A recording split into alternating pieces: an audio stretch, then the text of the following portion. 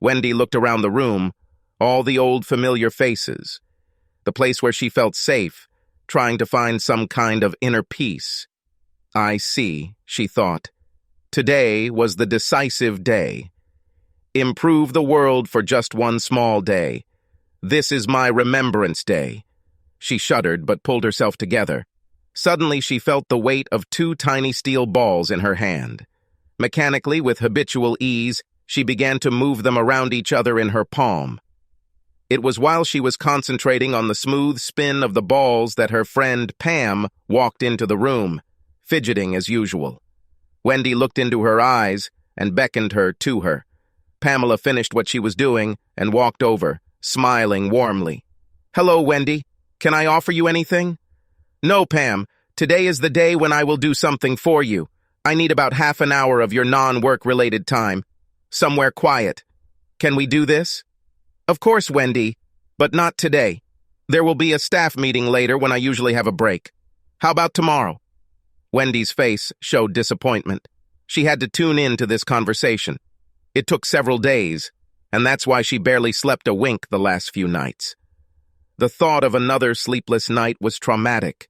She squeezed the worry balls in her hand and made a decision, her expression of determination turning to disappointment. "This is important, Pam. It's about the man I saw you kissing at the back door last week. He's too young to be your husband." The simple words made Pamela freeze. She remembered the day Wendy was talking about. She very carefully kissed Randall, one of the cooks, where no one from the first floor could see them. She had no idea that they could be seen from the upper floors. The revelation was embarrassing and very, very dangerous. If rumors get back to her husband, she could lose the idyllic family life she has worked so hard to build. However, this really had nothing to do with Wendy. What I have with Randall isn't that serious, Wendy. It's just a little funny when... "Shut up, Pam. We need to talk. Urgently. Today." Shocked by Wendy's demanding tone, Pamela looked at her friend as if she was seeing her for the first time. She had to fight the reflex to tell Wendy to fuck off and mind her own business. In Wendy's hand, the balls clattered loudly against each other. With an expression of extreme distress, Wendy spoke again. "Please, Pam. You need to hear what you're risking. You must hear my story." Bullshit, Pam thought. Rather, you need to tell me your story. Free yourself. Despite this, she decided to play it safe. "Okay, Wendy. Let's go to the solarium. It should be quiet at this time of day. I'll just finish up something and then I'll meet you there in about 10 minutes. Everything is fine?" Wendy nodded and watched as Pam hurried away before heading towards the meeting place. Pamela found Wendy there at the appointed time with grinding balls of stress and a tense expression on her face. Pam was annoyed. Randall was just fun, harmless fun, that took nothing away from Jake and the boys. She sat down next to Wendy, ready to defend her actions, but Wendy beat her to it. "I don't want to know if you slept with this guy, it doesn't matter. I can only imagine the bullshit rationalizations you gave yourself. Probably similar to the ones I gave myself." This remark was so out of character for Wendy that Pam fell silent in shock. "I cheated on my husband and it cost me everything." Pamela watched as Wendy's eyes became cloudy and unfocused. Wendy's right hand was furiously and automatically grinding the worry balls. As a nurse, Pam knew the balloons were a distraction, probably recommended by a counselor or psychiatrist. She didn't really want to listen to what Wendy was saying. It hardly had anything to do with her. She was very careful with Randall, and besides, they didn't go all the way. If they do, and that was a big if, what bad could happen? She'll have to calm a few ruffled ego feathers. Maybe eat some bitter pie for a while. She could not allow her husband to divorce her. He would never risk losing access to his children. But what's wrong with listening to Wendy? Obviously, she needs to vent. Pam waited patiently. "I don't attach much importance to this, but I used to be a doctor. No, I'm getting ahead of myself. Let me start from the beginning. I met my future husband right after finishing my internship after graduating from medical school. I wanted to stay in the big city, so the only job I could get was in the city department's trauma department. Ronnie, the man I married, was rushed to the hospital one evening after suffering a football injury. Well, I won't bore you with the details of our courtship, But suffice it to say that 2 years later, we got married. I was 28 at the time, and a year later, our son was born. It didn't take a world-class psychologist to figure out that Wendy was having a lot of trouble pronouncing her firstborn's name. Wendy was so excited that she dropped the balls from her hands and had to chase them around the floor. Pamela helped by picking one up. She had never seen these Wendy's balls before, or more truthfully, never this close. Their appearance was unlike others she had seen, but she couldn't understand why. Once they were back in Wendy's arms, she visibly calmed down. We decided that I would become a stay-at-home mom because things were looking up for Ronnie and, frankly, the hours in the ER were crazy. We always wanted 2 children, so when my eldest was only 1.5 years old, we had another son, and I started taking the pill. Once again, the children's names were conspicuously absent from the monologue. I stayed at home until our youngest was 5 and started school, and then someone pointed out that if I didn't go back to practice soon, I'd lose my registration. So for me, it was going back to the ER. Ronnie was very supportive, and luckily he was doing so well that he was able to change his work hours so he could be there when the boys came home from school. We also hired a nanny for times when he just couldn't be there, and to help with meal preparation. Ronnie was an orphan, and both my parents had died by then. About the same time, we lost several doctors from the hospital, and things became even more difficult. I was exhausted all the time. It was terrible. Wendy fell silent, looking upset, and Pamela realized that they had come to a part of the story that was deeply troubling her conscience. She waited. I don't know why it started, and I won't clutter your brain with a list of all the excuses I gave myself. I realized they were complete nonsense after it all happened.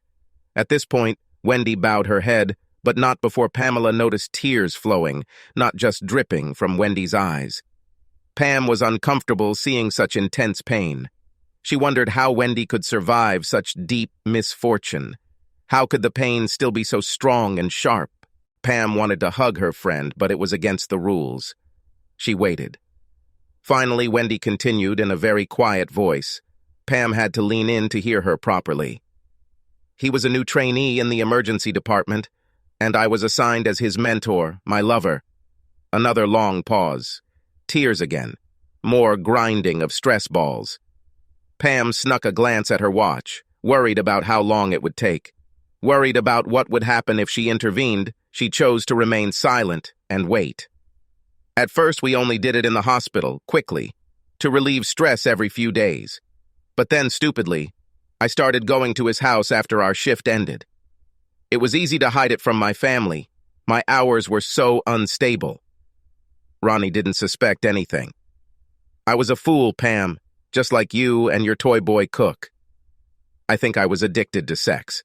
I could do everything that I was afraid to ask my husband to do with my lover. Good girls, just don't do some of the things we did. She stopped and shook her head, turning her exhausted gaze to Pam. Pam tensed, trying to suppress a tremble.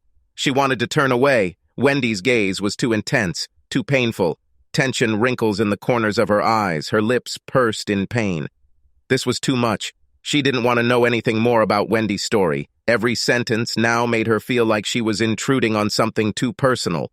And the worst was yet to come. Pam felt it. I got pregnant again.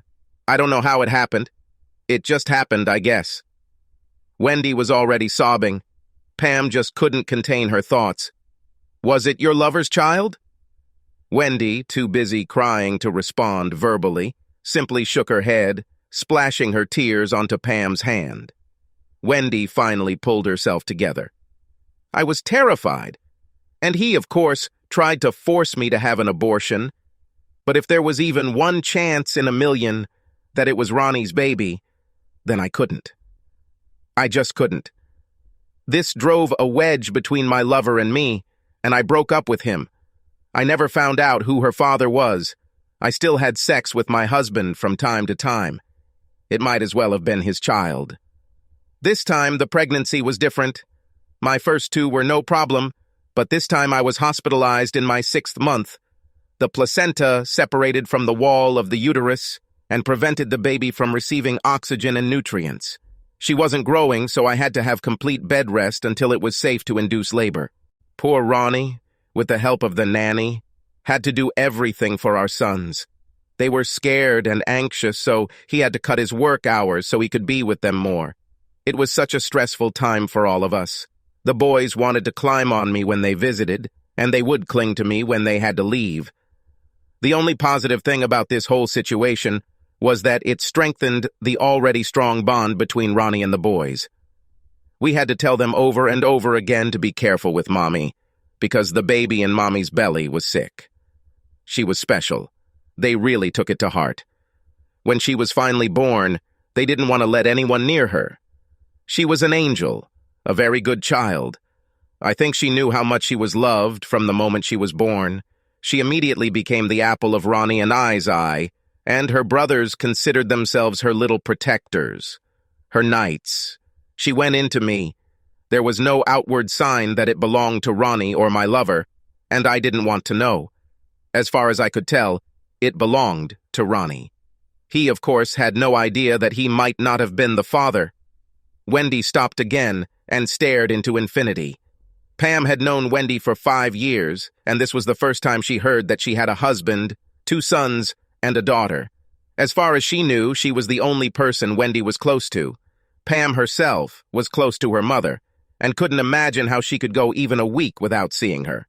Judging by the amount of tears, she guessed it wasn't just that Ronnie had finally taken the DNA tests and left with his sons and daughter. The courts always supported the mother, no matter how evil she was. Pam made an educated guess that this must have happened when Wendy was in her 30s. For her to still feel this much pain and remorse, something very strong must have happened, and she knew she had to tread carefully. She didn't want to add to Wendy's pain, but at the same time, Pamela had to get back to work. So how did Ronnie find out about this, Wendy? How did he know that his daughter was not really his daughter? Wendy responded quickly and decisively. He never found out. What happened then? Did he find out that you had a lover? Did you tell him? Now all the tears have disappeared. The well had clearly dried up. Not that stopping the tears lessened the look of agony on Wendy's face. Instead, she now looked as if all the life had been sucked out of her, like a dried-out husk. Pamela couldn't decide which was worse. No, I didn't tell him. The police did it. After I did something incredibly stupid. The words came out of Wendy's mouth like a horse galloping straight home. If Pam was any indication, Wendy was following the rip the Band-Aid off quickly mentality. When my daughter was about 6 months old, my old lover contacted me again. By that time, he was already working at another hospital, and I did not see him for more than a year. I foolishly met him and, being weak, fell into his bed again. I started leaving the baby with the old nanny, whom we now used as a babysitter for half a day a week, so that I supposedly had some time to myself. Oh no, thought Pamela. The stupid cow has finally become sloppy, and hubby has found out about it. It lasted about 3 months, but my conscience really bothered me. Ronnie was so supportive of me during my last pregnancy that it brought us closer together. It's like I fell in love with my husband again. He was great. He even volunteered to perform a vasectomy so that I would never have to go through such a terrible pregnancy again. I felt as bad as possible. I tried several times to break the connection, but I just couldn't. If only I were stronger. I went to my lover's apartment one last time, deciding to stick to my guns and break up with him. He told me a big sob story about how much he loved me and asked for another bun in the bag. Wendy snorted, her gaze scathing. Pam saw Wendy's self-disgust in her eyes. If I had known that this was the last time I would have sex, I might have tried to enjoy it more. Wendy stopped abruptly and stared into space. Pamela was stunned by Wendy's revelation that Wendy had gone without sex since then. Pam herself once suspended her husband for 3 weeks when she got angry at something he did, but in the end, it was she who came back to bed with him rather than Jake pursuing her. The next sequence of events happened so quickly that Pamela saw them in a blur. Wendy, with a determined look on her face, carefully placed the worry balls in her lap before slamming her face into the hard countertop, not once, but twice. By the time Pamela reacted, Wendy's body had fallen sideways onto the floor, her head making a soft thud on the carpet. The muffled sound did nothing to lessen the horror of the situation. Wendy's entire body relaxed into unconsciousness. Years of training provided the impetus, allowing Pamela to put aside her personal feelings of shock and raise her alarm. She didn't allow herself to feel as she cleared Wendy's airway of blood and damaged dentures with practiced efficiency until other nurses came to help and emergency personnel arrived to take Wendy away. Once the crisis had passed, Pamela, feeling somewhat drained by the morning's events, busied herself with the more mundane tasks associated with an emergency, such as arranging the furniture. She took Wendy's bag and headed to the administrative office. Then, after thinking, returned to the solarium to pick up the worry balls from where they were lying. Studying them, checking for blood spatters, she suddenly realized what was strange about them. Typically, the stress balls were shiny and about an inch in diameter. Wendy's, however, were tiny, less than half an inch, and all frayed. Obviously, they were troubled for many years to the point of oblivion. This thought made Pamela sad.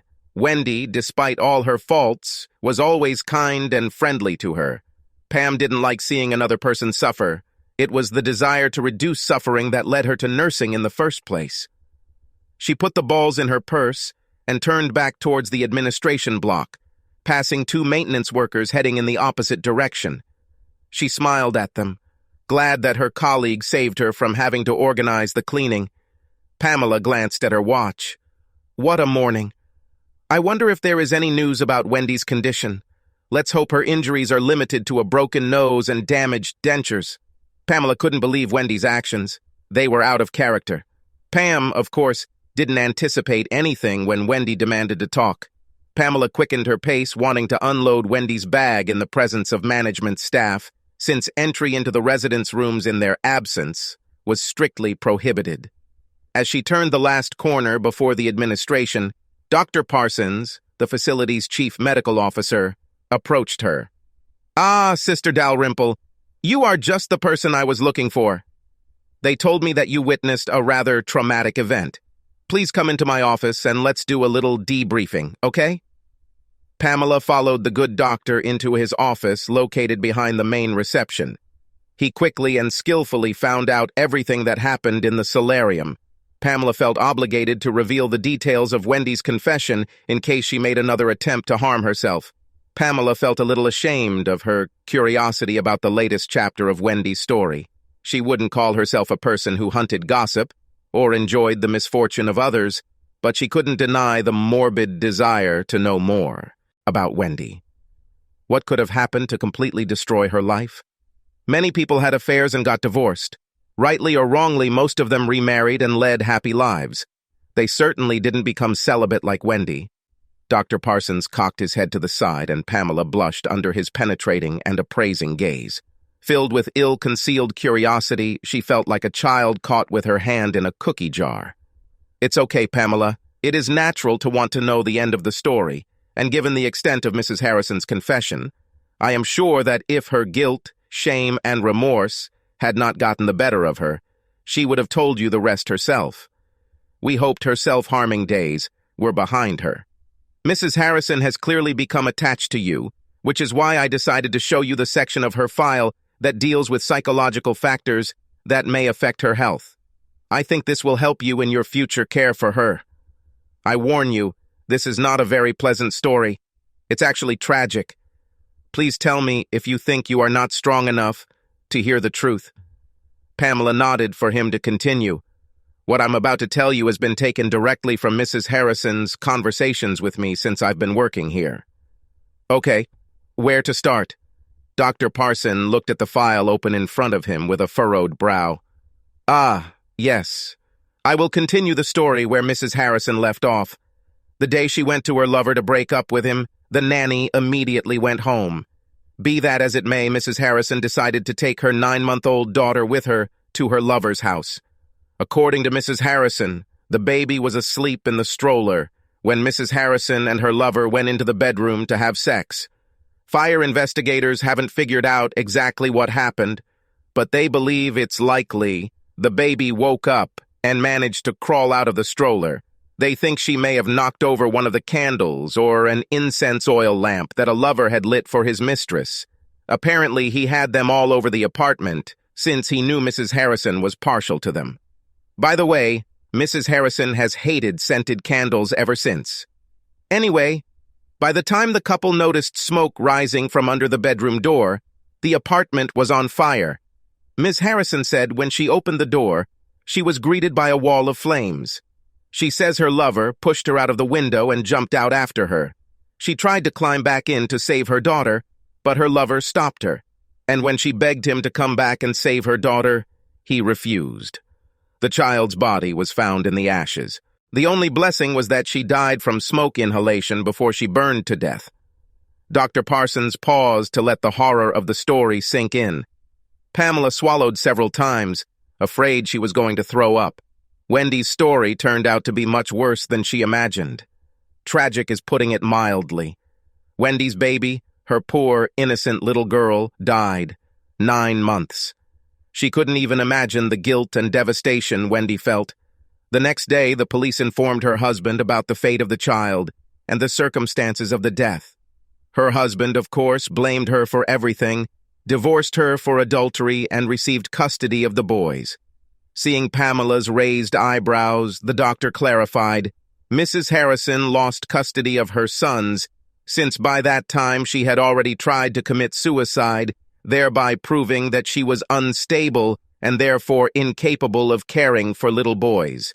The 2 sons, who, I'm sure Mrs. Harrison told you earlier, were extremely protective of their little sister, never had any contact with her again.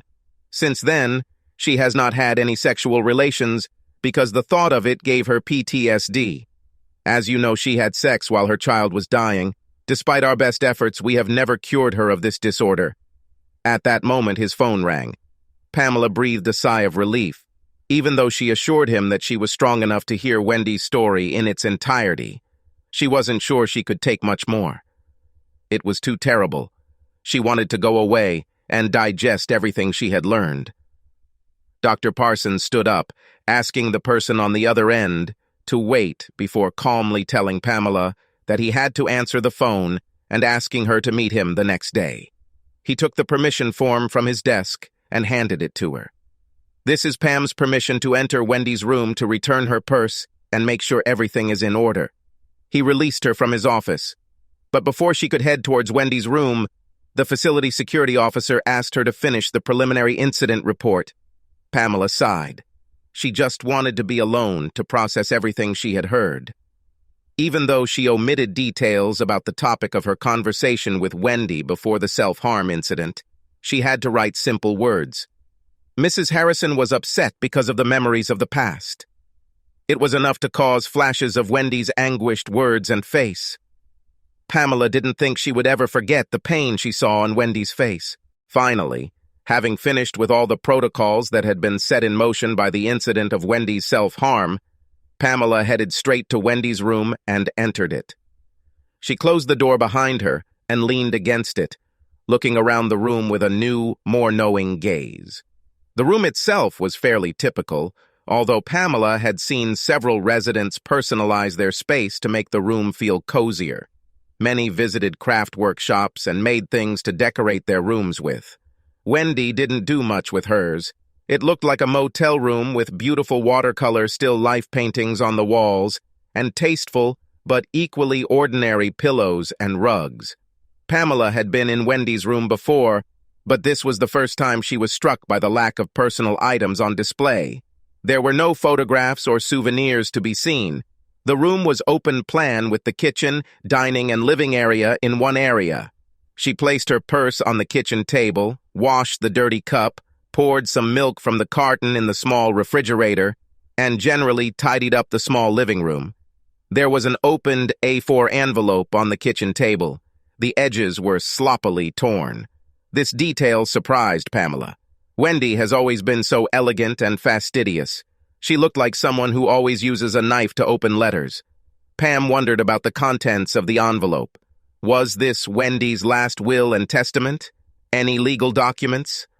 Pamela's curiosity was piqued, but she resisted the temptation to look inside.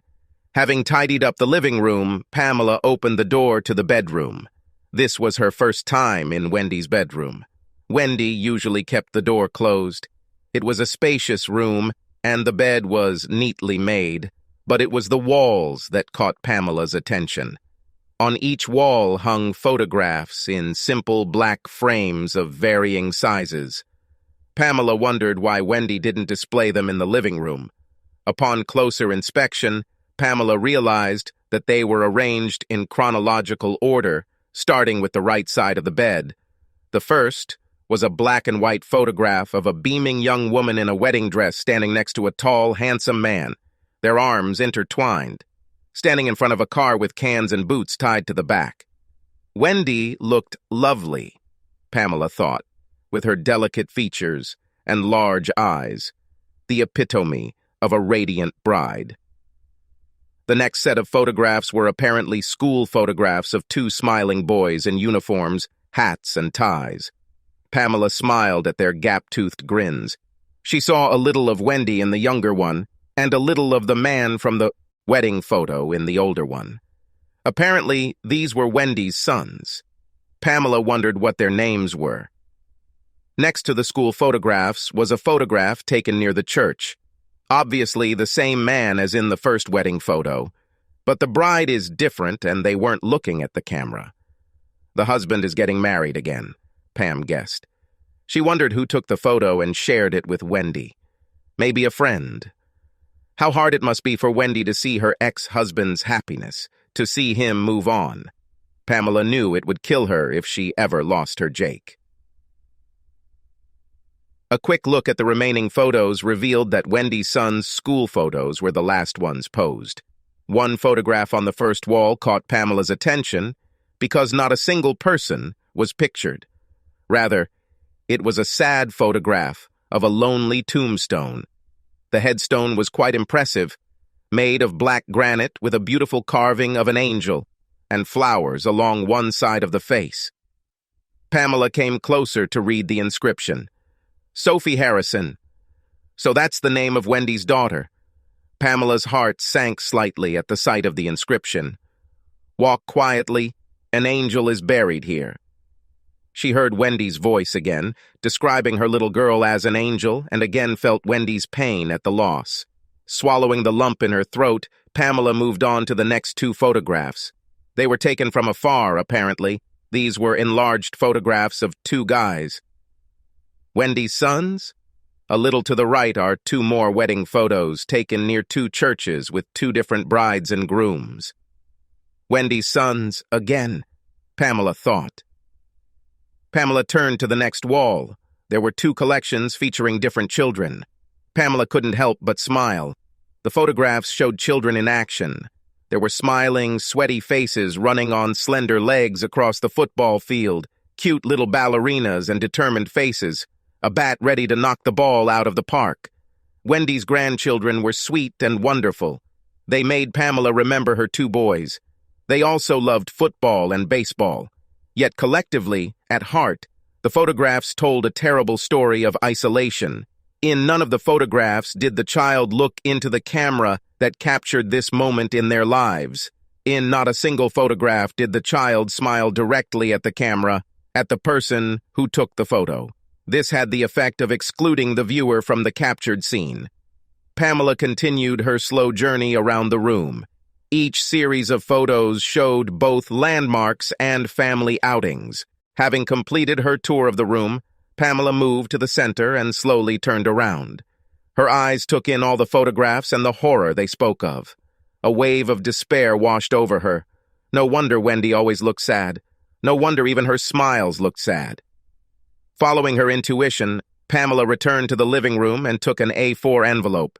She shook it slightly, and two sheets of paper slid onto the tabletop. There was another photograph on one sheet of paper. Pamela picked it up. It showed a small child, perhaps about 1.5 years old, Pamela decided. He was cute with his blonde curls and big smile. Pamela could almost hear him laugh as the smiling old man pushed him on the swing while the old lady stood next to the man and laughed.